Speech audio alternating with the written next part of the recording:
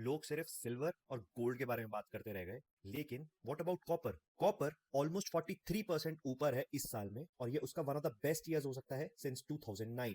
और इसका रीजन ये है कि कॉपर पिछले 22 साल में सबसे ज्यादा डेफिसिट में एक्सपेक्टेड है इन 2026।